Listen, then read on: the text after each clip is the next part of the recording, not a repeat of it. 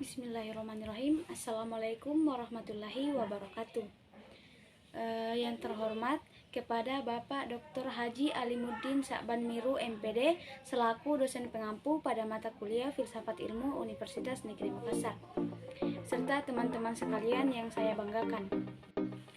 Sebelumnya, perkenalkan, nama saya Nurmayanti dengan NIM 210208501004 dari kelas PKK 01 Angkatan 2021. Pada kesempatan kali ini, saya akan menjelaskan mengenai tokoh filsafat yang berpandangan ontologi. Salah satunya yang akan saya bahas yaitu tokoh filsafat Aristoteles. Baik, adapun pokok pembahasan yang akan saya bahas yaitu yang pertama, pengenalan tokoh yang menjelaskan mengenai biodata dan riwayat hidup Aristoteles. Yang kedua, ciri-ciri karya Aristoteles, menjelaskan tentang ciri-ciri karya dari Aristoteles. Kemudian yang ketiga, pemikiran Aristoteles, menjelaskan tentang pemikiran Aristoteles di bidang ontologi. Dan yang terakhir yaitu pandangan ontologi Aristoteles yang menjelaskan tentang pandangan filsafat yang bersifat ontologi. Baik, sebelum kita masuk pada pokok pembahasan, kita harus tahu apa sih itu ontologi. Istilah ontologi secara bahasa berasal dari bahasa Yunani, yaitu ontos dan logos. Ontos berarti sesuatu yang terwujud, sedangkan logos berarti teori atau ilmu. Dengan demikian, secara bahasa, ontologi adalah ilmu atau teori tentang wujud dan hakikat yang ada. Secara istilah, ontologi adalah ilmu yang membahas hakikat yang ada, yang merupakan realita, baik yang berbentuk jasmani atau konkret maupun rohani atau abstrak. Ontologi merupakan salah satu kajian kefilsafatan yang paling kuno dan berasal dari Yunani. Baik, kita masuk pada pokok pembahasan yang pertama, yaitu pengenalan tokoh. Biodata Aristoteles. Aristoteles adalah seorang filsuf Yunani yang menjadi guru dari Iskandar Agung. Ia menjadi murid dari Plato ketika berada di Athena selama 20 tahun.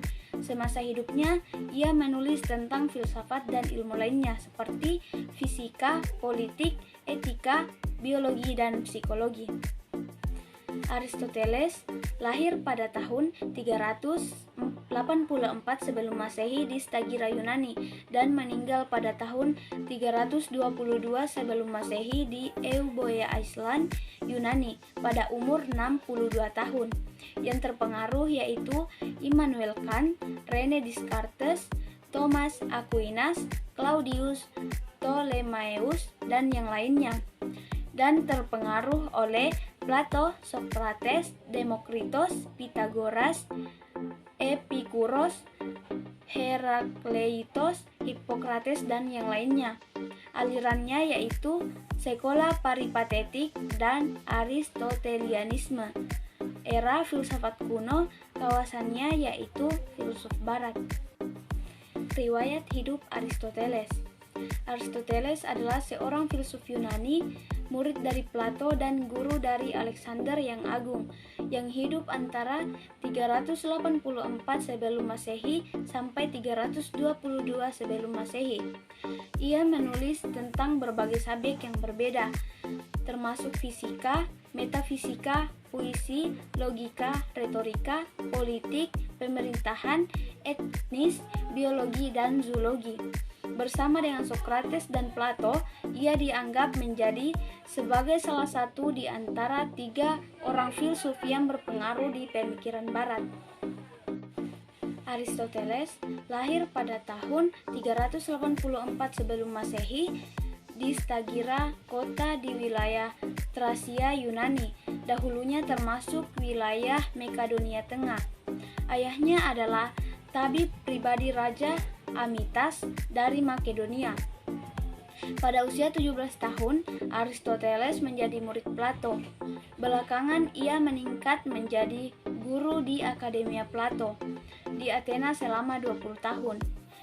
Aristoteles meninggalkan akademia tersebut setelah Plato meninggal dan menjadi guru bagi Alexander di Makedonia. Aristoteles kembali ke Athena setelah Alexander berkuasa pada tahun 336 sebelum Masehi. Dengan dukungan dan bantuan dari Alexander, ia mulai mendirikan akademinya sendiri dan diberi nama Lyceum, yang dipimpinnya sampai tahun 323 sebelum Masehi. Perubahan politik seiring jatuhnya Alexander menjadikan dirinya harus kabur dari Athena guna menghindari nasib naas seperti dahulu yang dialami Socrates. Aristoteles meninggal tak lama setelah pengungsian tersebut. Aristoteles sangat meningkatkan tentang empirisme untuk meningkatkan pengetahuan.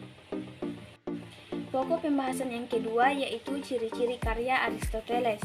Dalam bukunya yang berjudul Etika Nikomakhea, Aristoteles menjelaskan bahwa manusia memiliki dua kebijaksanaan. Keberadaan keduanya menjadi bagian utama dari kehidupan manusia. Masing-masing adalah kebijaksanaan teoritis dan kebijaksanaan praktis. Kebijaksanaan teoritis adalah digunakan manusia untuk memahami alam semesta, dan kebijakan praktis berkaitan dengan moral dan etika manusia.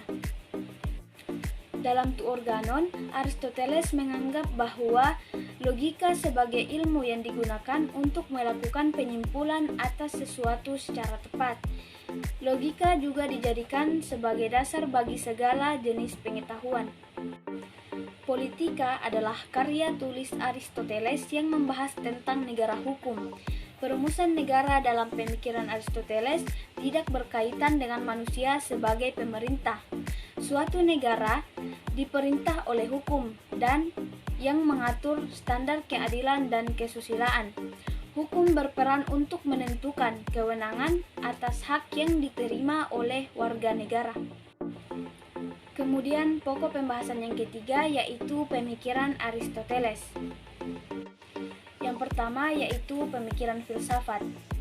Filsafat pertama dalam pandangan Aristoteles dapat diartikan menjadi dua pengertian.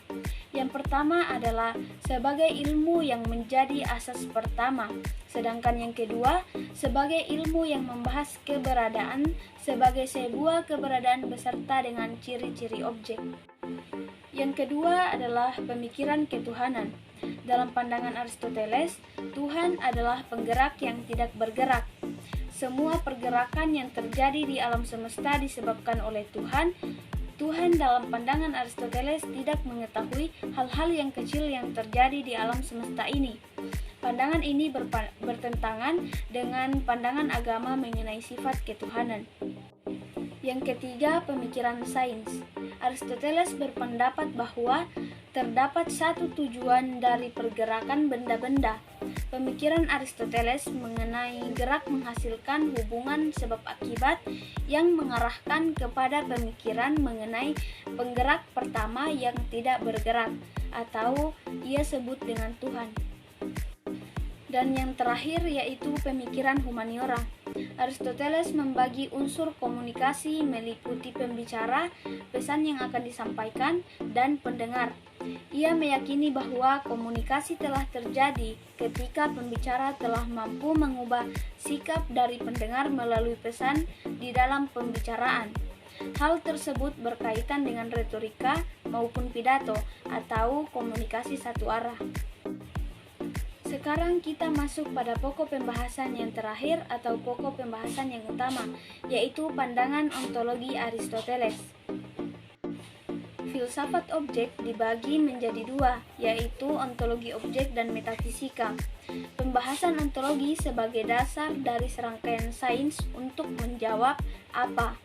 Menurut Aristoteles adalah filsafat pertama, yaitu pengetahuan tentang hakikat benda-benda. Ontologi adalah ilmu yang membahas sifat keluar dari realitas akhir, ini bentuk fisik atau beton maupun rohani atau abstrak. Aristoteles mengatakan bahwa dua objek hasil metafisika, sesuatu yang ada dan sesuatu yang ilahi. Sesuatu yang ada membahas sesuatu yang didasarkan pada sains pur yang dapat ditangkap oleh kelima indera. Sedangkan sesuatu yang ilahi akan membahas segala sesuatu yang tidak dapat dibahas dengan 5 panca indera.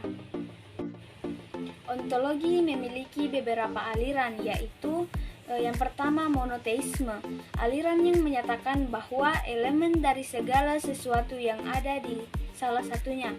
Kemudian yang kedua yaitu dualisme, berpendapat bahwa tampilan objek dari dua jenis alam sebagai sumber asal. Yang ketiga pluralisme, berpendapat bahwa semua bentuk adalah kenyataan. Dan yang terakhir yaitu nihilisme. Menurut bahasa Latin berarti tidak ada. Suatu doktrin yang tidak mengakui alternatif. Agnotisisme menyangkal kemampuan manusia untuk mengetahui sifat alami sesuatu. Itulah tadi pembahasan dari saya tentang tokoh filsafat yang berpandangan ontologi.